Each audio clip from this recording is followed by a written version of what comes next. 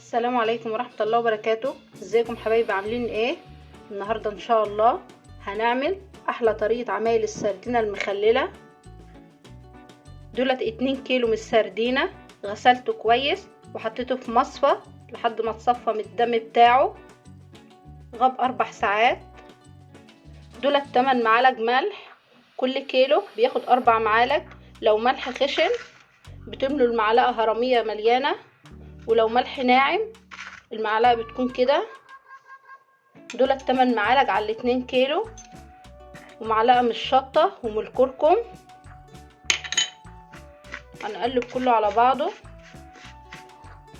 هنا جرد الفاضي لبسته كيسين، هنحط معلقة ملح بالشطة،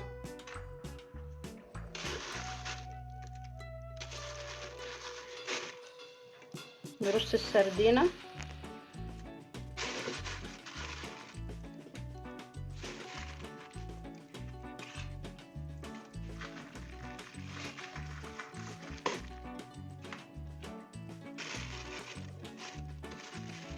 رصها كده ورصها كده.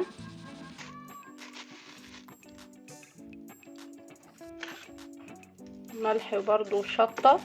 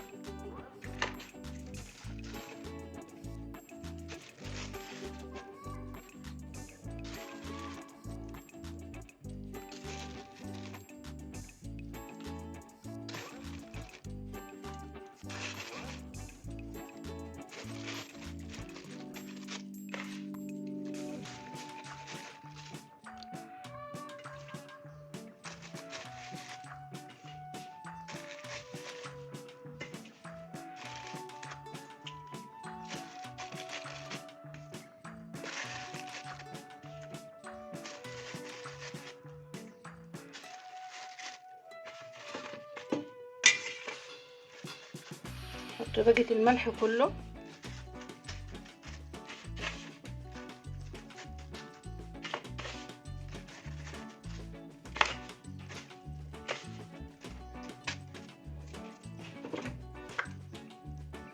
هنزل بزيت،